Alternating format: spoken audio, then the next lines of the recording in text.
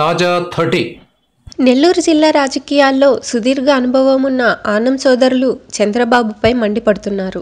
చంద్రబాబు తమను మోసం చేశాడని ఆనం వివేకానందరెడ్డి నిప్పులు చెరుగుతున్నారు.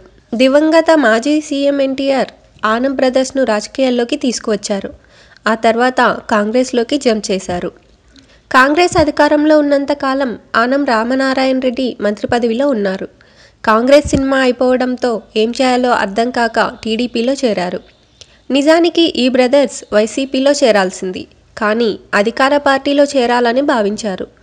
ఇప్పుడు రాంగ్ రూట్లో వెళ్లామని తల పట్టుకుంటున్నారు.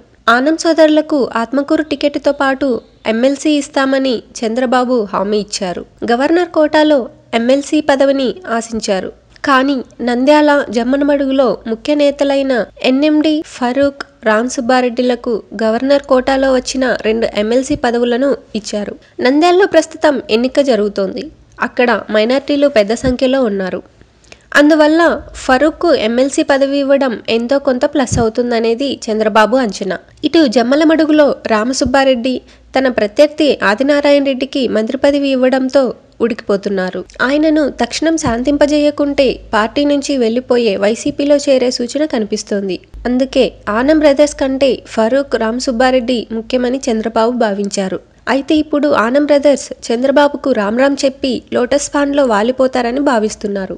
వారికి అంతకంటే గత్యంతరం కూడా లేదనేది రాజకీయ పరిశీలకుల భావన.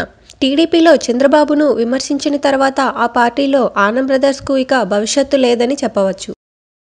Thank you viewers. ఈ వీడియో మీకు నచ్చితే లైక్ బటన్ టచ్ చేయండి. తాజా 30 ఛానల్కు సబ్స్క్రైబ్ చేయండి. మీ మిత్రులకు షేర్ చేయండి.